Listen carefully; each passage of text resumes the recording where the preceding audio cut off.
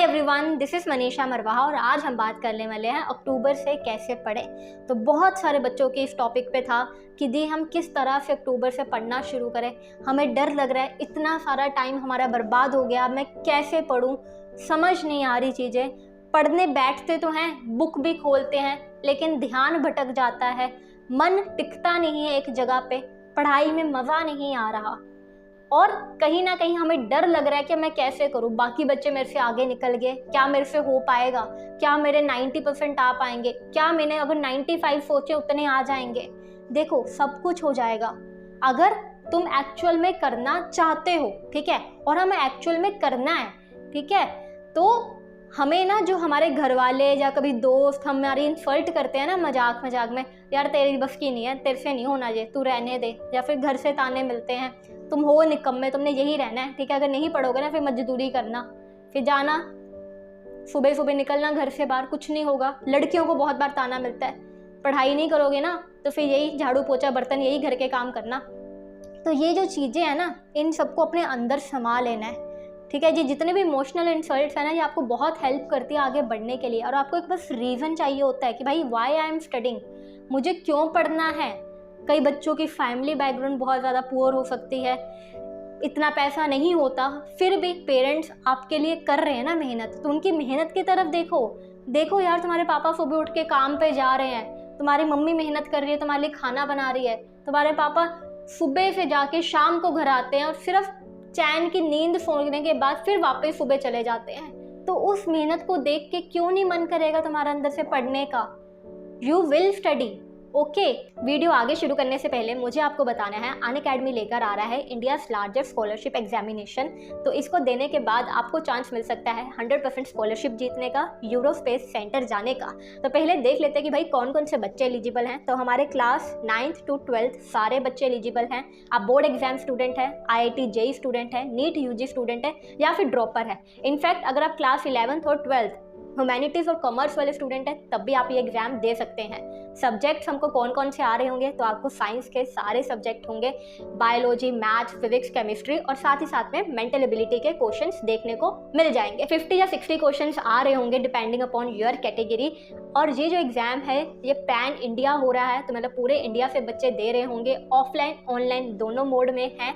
In fact 2.5 lakh से ज़्यादा students already register कर चुके हैं, और जो एग्जाम की डेट है वो है 8th and 15th October. Reward की बात करें तो टॉप रैंकर्स को मिलेगी 100% स्कॉलरशिप, यूरोस्पेस सेंटर जाने का मौका, जिसका सारा जो एक्सपेंस है अनअकैडमी दे रही होगी। साथ ही साथ में आपको एक्सेस मिलेगी स्पेशल रैंकर्स ग्रुप में, जहाँ पर आपको बहुत सारे टीचर्स और एडुकेटर्स गाइड करेंगे। और अभी जो एक स्पेशल ऑफर चल रहा है अनलॉक 20, जहाँ पर जो आपकी रजिस्ट्रेशन 99 रुपीज़ की हो रही थी अब वो 79 रुपीज़ में होगी, और ये ऑफर 30th तक ही वैलिड है।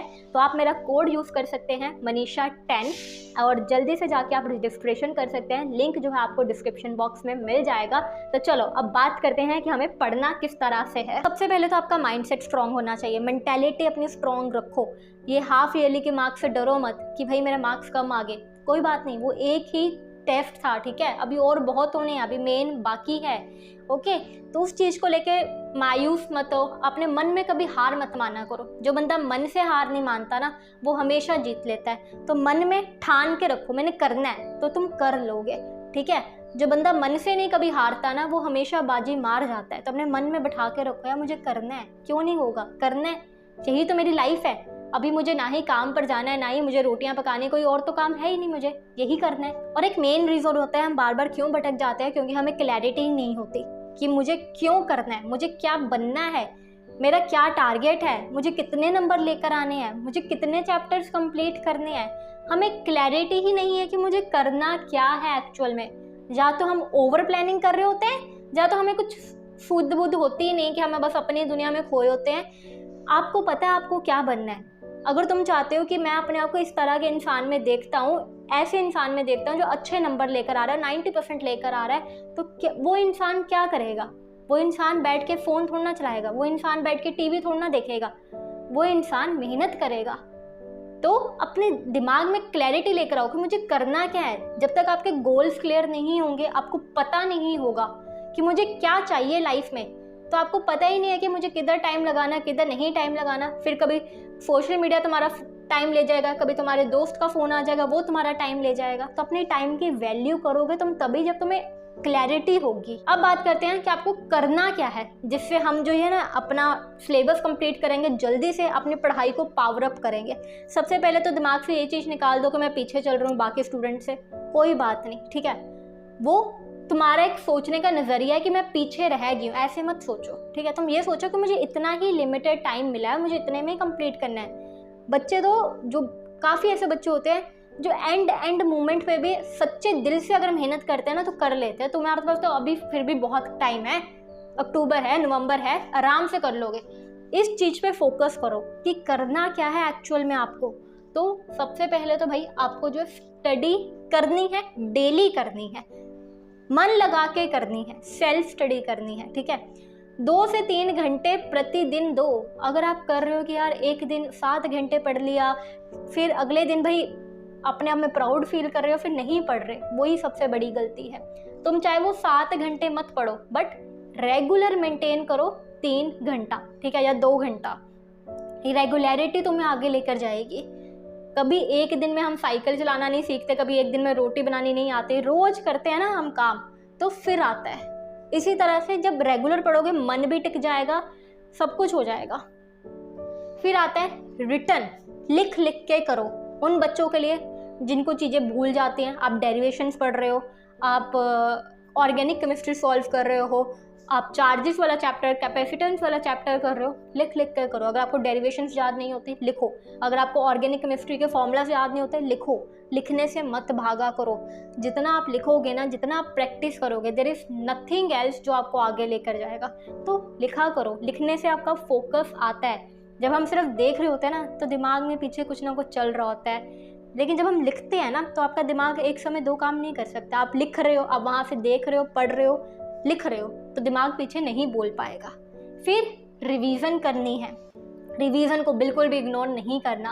हम क्या करते हैं, हमें लगता है कि हम एक बार में पढ़ेंगे, हमें चीज़ें याद हो जाएंगी, और फिर कॉमन क्वेश्चन क्या आता है, मेरे डाउट्स आ जाते हैं, या फिर मेरे को चैप्टर ही पूरा भूल जाता है जो मुझे पढ़ा है वो, ठीक है। तो जब आप रिवीजन करते हैं ना, उससे अगेन जब आप बार बार करोगे ना तो आपको चीज़ें नहीं भूलेंगी। रिवीजन करनी कैसे, उसका एक प्रॉपर डे रखेंगे, ठीक है, वो भी मैं आपको बताती हूँ। तो पहले हम बात कर लेते हैं अगले पॉइंट की कि make summary of every chapter, ठीक है। आप जो भी चैप्टर पढ़ रहे हो, इंग्लिश का पढ़ रहे हो, साइंस क्लास 10th वाले बच्चे, ठीक है, SST पढ़ रहे हैं, और specially language 10th 12th language का सब्जेक्ट जो भी है ना, उसकी ज़रूर समरी बनाओ हर चैप्टर की। आप जो भी पॉइंट पढ़ रहे हो, आप जो भी चैप्टर पढ़ रहे हो, आपने पढ़ लिया ना, उसको अब अपनी लैंग्वेज में, हिंदी में लिख लो चाहे, या फिर इंग्लिश में लिखो। लैंग्वेज सब्जेक्ट को तो इंग्लिश में लिखो उसकी समरी, ताकि एवरी टाइम आपको उस बुक के 4-5 पन्ने गो थ्रू ना करने पड़े। और इंग्लिश में अगर आप समरी लिख लेते हो ना तो आपको काफ़ी चीज़ें हो जाती है, आपके क्वेश्चन आंसर्स हो जाते हैं, आपको कॉन्टेक्स्ट याद रहता है, या फिर आपकी रेफरेंस में समरी है तो उसको फिर भी एक बार खुद अपने हाथ से लिखो। और एक सेपरेट नोटबुक लगा लो ये समरीज लिखने के लिए, फॉर्मूला शीट्स बनाने के लिए एक सेपरेट नोटबुक लगा लो जिसमें तुम लिख सको कि ये टॉपिक जो है ना, यहाँ पे मैं बार बार अटकती हूँ, ये जो कॉन्सेप्ट है ना ये मुझे बार बार अटकता है, ताकि जब आपकी एंड मोमेंट आए या जब भी आपको रिवीजन करनी है ना तो आपको पूरे चैप्टर या पूरी बुक को गो थ्रू नहीं करना पड़े।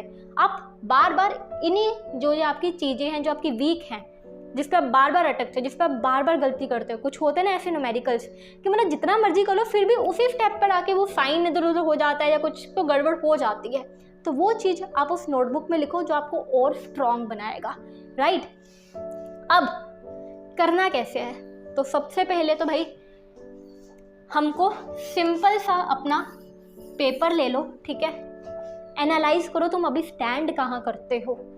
जो भी आपका सब्जेक्ट है, मान लो केमिस्ट्री की बात करते हैं, ठीक है, सॉल्यूशन चैप्टर है आपका, तो केमिस्ट्री में अगर हम सॉल्यूशन की बात करें तो केमिस्ट्री में मुझे पता है सॉल्यूशन चैप्टर, मुझे उसमें से कुछ टॉपिक्स आते हैं, कुछ नहीं आते। अगर मुझे रॉल्ड्स लॉ आता है बहुत बढ़िया, अगर मुझे नहीं आता तो मैं उसको 2 सेक्शंस में डिवाइड कर लूँगी कि जो आता है और जो नहीं आता है। अगर आता है तो ठीक है भाई ये टॉपिक आता है, और जो नहीं आता है उसको इधर लिख लो, जो मुझे नहीं आता वीक वाले में, ठीक है।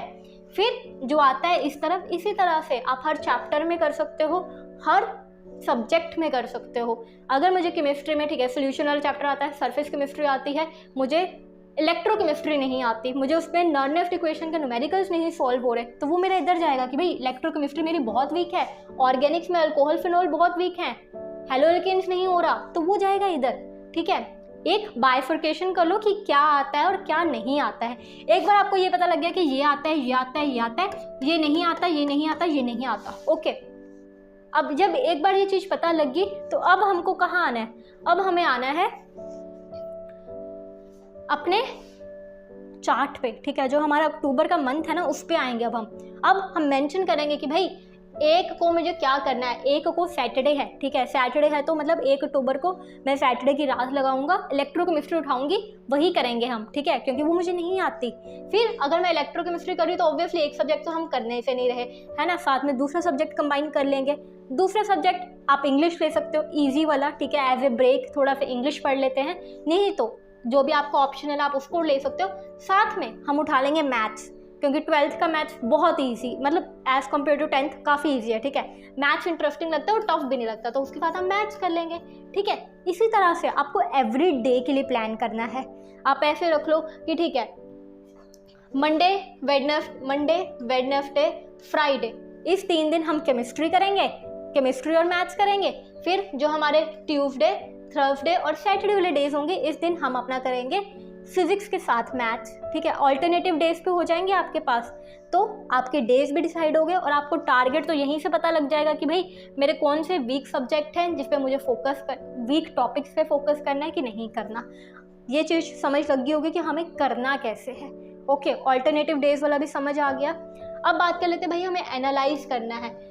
बार बार जर्नी में क्या होगा, तुम भटकोगे, क्योंकि भटकना ऑब्वियसली हमारी एक आदत बन चुकी है। हम इतने डिजिटल वर्ल्ड में रहते हैं, बहुत आराम से भटक जाते हैं। पढ़ने जाएंगे यूट्यूब पे, लेकिन गुम हो जाएंगे शॉर्ट्स में। पढ़ने जाएंगे चैप्टर इलेक्ट्रोकेमिस्ट्री, घुस जाएंगे किसी के व्लॉग में। ठीक है, तो ये नहीं करना। अलार्म लगाओ, जब भी आप पढ़ने बैठते हो फ़ोन पे एक अलार्म सेट कर लिया करो कि कहीं मैं डिस्ट्रैक्ट तो नहीं हो रहा, इतने घंटे मुझे पढ़ना है। अगर मैंने 2 घंटे का अलार्म लगाया है, तो अगर मैं 3 बजे से पढ़ने बैठी हूँ तो 5 बजे तक का अलार्म लगा लो कि 5 बजे मैं वहीं टिका हुआ ना अपनी सीट पे, कहीं भाग तो नहीं गया। सिमिलरली कंफर्ट जोन में नहीं जाना। अगर आपको लग रहा है कि मैं डिस्ट्रैक्ट हो रहा हूँ, बार बार फ़ोन चलाने के अंदर एक चुल मचती है ना, एक अंदर से चिलमिची सी हो जाती है कि बस अब फ़ोन चलाने का मन हो रहा है, तो कंफर्ट जोन में नहीं घुसना। उसके लिए क्या करना है, पंखा बंद कर दो कमरे का। ठीक है, पंखा बंद कर दो, एसी भी बंद कर दो। ऐसा नहीं पंखा बंद करके एसी चला कर बैठो, नहीं, पंखा बंद कर दो और शांति से बैठो। गर्मी लगेगी ना, तुम्हें पसीना आएगा, तुम्हें फील होगा कि भाई क्या गलत हो रहा है, और अपने आप को ऑब्जर्व करो, अपनी ब्रीदिंग पे ऑब्जर्व करो, तुम्हारा दिमाग अपने आप शांत हो जाएगा, कुछ भी अंदर से नहीं होगा। तो अपने आप को बार बार एनालाइज करते रहो कि मैं भटक तो नहीं रही, कि मैं भटक तो नहीं रहा, अब मैं क्यों क्या करना है, वापस आना ट्रैक पे। ओके, फिर बात करते हैं अवॉइड डिजिटल स्टडी। देखो, अवॉइड का मतलब क्या है यहाँ पे? अवॉइड का मतलब यह है, क्योंकि एक बच्चे ने कमेंट में लिखा था कि मैं हर बार फ़ोन से ही जाके पढ़ती हूँ क्योंकि मेरा वैसे पढ़ने का मन नहीं लगता। देखो, अगर आप बार बार फ़ोन पे जाके पढ़ोगे, इसके 2 नुकसान। सबसे पहले तो आपका बहुत ज़्यादा टाइम वेस्ट हो रहा है। आप हर बार 1 घंटे की वीडियो पूरा देख रहे होगे जिसमें आपका बार बार टाइम जाएगा, तो ये चीज़ हमको नहीं करनी। दूसरा, अगर आप फ़ोन से पढ़ोगे तो आप खुद नहीं याद कर पाओगे, आपकी खुद की मेमोरी वीक होगी। तो आपको क्या करना है, फर्स्ट रीड योरसेल्फ। जो भी आप पढ़ना है एक बार खुद पढ़ के देखो कि मुझे समझ आया कि नहीं। Go through the paper and तुम्हें लगता है कि हाँ यार मैंने पढ़ लिया, इतनी चीज़ें तो समझ आ गई, बट ये चीज़ समझ नहीं आई, फिर जाओ तुम वीडियो पे, तो पढ़ो, अंडरस्टैंड करो और एनालाइज करो कि मुझे क्या नहीं समझ आया, और फिर उसके लिए हेल्प लो, फिर जाओ वीडियो पे। पर स्टार्टिंग में मत खोलो, ठीक है। और जितना तुम इस चीज़ को अवॉइड करोगे या फिर लेक्चर्स को डाउनलोड करके रख लोगे, वो उतना ही तुम्हें हेल्प करेगा डिस्ट्रैक्ट ना होने से। देखो, प्रॉब्लम्स हमारी हैं, सोल्यूशन हमें खुद निकालना पड़ेगा। तो जैसे तैसे करके जो भी चीज़ तुम्हें समझ आती है कि नहीं ऐसा नहीं ऐसा कर सकते हैं, ऐसा नहीं ऐसा कर सकते हैं, तो वो चीज़ करनी पड़ेगी, अपन को ही करनी पड़ेगी, कोई और तो करेगा नहीं, क्योंकि हमारी लाइफ है। चलो, अब ये वाली चीज़ समझ आ गई। और अपने रूम में ना एक विजन वॉल बना लो, विजन वॉल या फिर विजन बोर्ड, जहाँ पर ना तुम एक चार्ट लो, उस चार्ट में सबसे पहले तो कैलेंडर चिपकाओ कि मेरे क्या गोल्स है। फिर उस चार्ट पे कुछ कोट्स लिखो, मोटिवेशनल चीज़ें तो तुम्हें अंदर से इंस्पायर करे, ठीक है, कि भाई तुम सिर्फ तभी फेल होते हो जब तुम ट्राई करना छोड़ देते हो, और उसके अलावा कोई भी फेलियर नहीं होता। वो इंसान फेल होता है जो ट्राई करना ही छोड़ देता है, ठीक है। जो मन से हार जाता है वह फेल होता है। ओके, फिर आ जाता है यार जितनी मर्जी बड़ी जर्नी क्यों ना हो, ठीक है, वो स्टार्ट तो हमेशा एक सिंगल स्टेप से होती है ना। तुमने मान लिया कि भाई मुझे कैलाश पर्वत चढ़ना है, ठीक है, एवरेस्ट चढ़ना है, पर चलोगे तो तुम एक एक कदम करके ही ना, और वो कदम तुम कब उठाओगे? आज उठाओगे। ओके, तो इस तरह से कमरे में ना एक विजन बोर्ड बना लो, वहाँ पे तुम फोटोज लगा सकते हो। अगर तुम्हें डॉक्टर बनना है तो डॉक्टर की एक फ़ोटो लगा लो, ठीक है, जो भी आपको बनना है उस चीज़ की एक फ़ोटो लगाओ। अब आता है हमारा लास्ट क्वेश्चन, याद नहीं होता। याद नहीं होता, अगर मैं आपको सिंपल सा जवाब दूंगी, मुझे इतना सा बताओ, जब आपने फर्स्ट टाइम फ़ोन चलाना सीखा था, मोबाइल, तो क्या आपको एक दिन में फ़ोन चलाना आ गया था? आपको पता लग गया था कि इस ऐप में क्या होता है, इस ऐप में क्या होता है, या फिर यहाँ से ऑन करते हैं, यहाँ से इसकी सेटिंग्स बदलते हैं? नहीं आया था ना। स्टार्टिंग के 4-5 दिन लगते हैं अंडरस्टैंड करने को। जब मैंने ये बोर्ड लिया था, मुझे हफ्ता लग गया था समझने में कौन सी चीज़ कहाँ से होती है, कौन सा कलर कहाँ से खुलता है, इससे क्या होगा, इससे क्या होगा, है ना। तो हर चीज़ में टाइम लगता है। साइकिल चलाना सीखते हो, एक दिन में नहीं आता साइकिल चलाना। तो आप कैसे एक्सपेक्ट कर सकते हो कि मैंने एक बार नोटबुक से क्वेश्चन पढ़ा तो मुझे 1 मिनट में आ जाएगा, या फिर मुझे अभी जस्ट मैंने एक रीडिंग ही ली है, ठीक है, अभी जस्ट मैंने एक रीडिंग ली है, या 3-4 बार रीडिंग ले ली, फिर भी मुझे याद नहीं हो रहा? ऐसा नहीं होगा ना। It will take time, it will take 2 to 3 days to actually register in your mind, ठीक है। तो जब वो आपके माइंड में रजिस्टर होगा ना, उसको 2 से 3 दिन तो लगेंगे। पहले आप रीडिंग करोगे तो सिर्फ थोड़ा बहुत समझ आएगा, दूसरी तीसरी रीडिंग करोगे तो कॉन्टेक्स्ट समझ आएगा कि भाई पेज कहना क्या चाहता है, ठीक है। एक बार ये समझ आ गया कहना क्या चाहता है, फिर आप मल्टीपल उसको रिवाइज करोगे, फिर वो बात कहीं ना कहीं आपके भेजे में जाके कॉन्शियस माइंड उसको रजिस्टर करेगा। और अगर 3 दिन बाद तुमने फिर रिवाइज नहीं करा, वो फिर गायब हो जाएगी। ओके, तो इस तरह से आपको करना है। तो ये मत सोचो कि मेरा दिमाग वीक है, आपका दिमाग वीक नहीं, जस्ट आप प्रॉपरली करते नहीं हो, टेक्निक सही नहीं है। तो आई होप कि आज की वीडियो जो है आपको काफ़ी ज़्यादा हेल्प करेगी, ठीक है। और पढ़ते रहो फोकस के साथ, मैं और भी आपके लिए वीडियोस लेकर आऊँगी। जो भी आपको क्वेरी आ रही है, कोई भी दिक्कत आ रही है, कमेंट करके बता देना, ठीक है, we will discuss about that thing. बाकी जो भी आपका टारगेट है, फोकस ऑन दैट, ठीक है, लगे रहो, तुम अचीव कर लोगे। Okay, bye, take care.